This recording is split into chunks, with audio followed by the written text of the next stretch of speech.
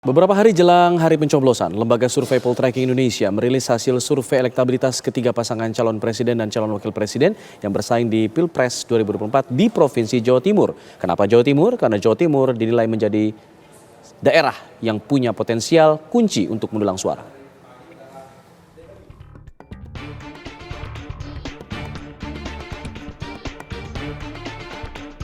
Jelang berakhirnya masa kampanye, tiga pasangan calon presiden wakil presiden yang bersaing dalam kontestasi pemilihan presiden 2024 kian gencar menyapa masyarakat di berbagai penjuru tanah air, terutama di Jawa Timur. Dari hasil survei terbaru Lembaga Survei Poltreking, Jawa Timur dinilai sebagai provinsi penentu dan terpadat kedua dari segi daftar pemilih tetap atau DPT. Dari statistik, lebih dari 31 juta pemilih atau sekitar 15,5% pemilih ada di Jawa Timur. Jawa Timur pun dianggap provinsi kunci karena bukan merupakan basis salah satu paslon peserta Pilpres 2024. Ya, Jawa Timur adalah provinsi kunci yang menentukan pemenang Pilpres secara nasional. Setidaknya kalau kita mengacu pengalaman Pilpres pertama kali dilakukan secara langsung 2004 sampai 2019. Jadi tidak ada capres yang menang secara nasional tanpa memenangkan Jawa Timur. Jadi capres seperti Pak Jokowi misalnya kalah 2 kali di Jawa Barat, tetapi secara nasional masih bisa menang karena di Jawa Timur dan juga Jawa Tengah beliau menang telak. Jawa Timur punya signifikansi elektoral besar karena tadi selain secara nasional menentukan perolehan Pilpres, tidak ada kekuatan yang dominan di Jawa Timur.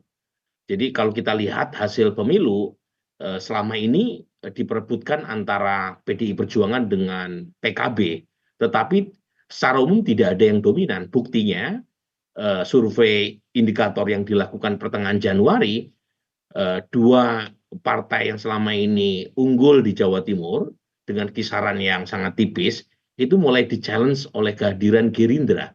Dan saya kira munculnya Gerindra di survei bulan Januari itu tidak bisa dilepaskan dari naiknya popularitas Prabowo di Provinsi Jawa Timur. Dari survei yang dilakukan Lembaga Poltreking pada 25 hingga 31 Januari 2024 di 11 dapil DPR RI di Jawa Timur, paslon nomor urut 2 Prabowo Subianto Gibran Rakabuming Raka mendapatkan elektabilitas tertinggi dengan persentase yang fantastis mencapai 60,1%. Sementara elektabilitas paslon nomor urut 3 Ganjar Pranowo Mahfud MD berada di angka 17,2% dan paslon nomor urut 1 Anies Baswedan Muhaimin Iskandar elektabilitasnya 14,9%. Direktur Eksekutif Poltreking Hanta Yuda menyebut ada 3 faktor yang mempengaruhi melejitnya elektabilitas Prabowo Gibran di Jawa Timur, yaitu faktor Jokowi, migrasi, dan fusi suara. Kesimpulannya dari tren 02 mengalami kenaikan yang cukup tajam, bukan cukup tajam, sangat tajam, 03 turun tajam, dan 01 stagnan.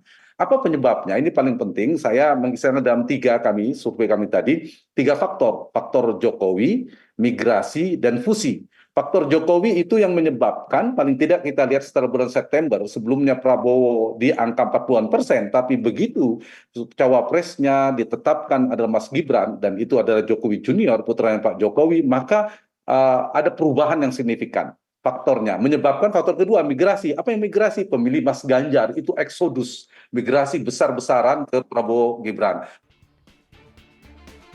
Kondisi tersebut dinilai membuat paslon lain, bahkan bagi pasangan Anies Muhaimin yang disokong PKB, slogan perubahan yang diusung pasangan Amin itu stagnan elektabilitasnya di Jawa Timur karena tingkat kepuasan terhadap pemerintahan Joko Widodo sangat tinggi, bahkan di basis pemilih PKB. Jauh mengapa pasangan Amin yang didukung oleh PKB tidak cukup kompetitif di Jawa Timur yang merupakan basis PKB. Nah, jawabannya adalah tingkat kepuasan terhadap kinerja Presiden Jokowi di survei indikator itu mencapai 86%. Dan itu artinya lebih tinggi daripada rata-rata nasional. Sementara pasangan Amin mengeluarkan narasi perubahan. Jadi sulit untuk jualan perubahan di sebuah provinsi yang notabene adalah basis atau kandangnya Jokowi. Jadi ada semacam diskoneksi antara narasi perubahan dengan basis pemilih Jokowi di Jawa Timur, termasuk basis PKB sendiri, itu sebagian besar puas sama kinerja Presiden Jokowi. Namun dari peta sebaran pemilih paslon Capres-Cawapres berdasarkan kemantapan pilihan, didapati strong voters atau pemilih yang sudah pasti tidak akan berubah pilihannya hanya 37,8%. Sementara swing voters dan undecided voters alias yang masih belum menentukan dan yang masih bisa berubah pilihan ada di angka 36,9% dan 25,3%. Sehingga semua kemungkinan masih bisa terjadi di hari pencoblosan mendatang. Tim TV One mengabarkan.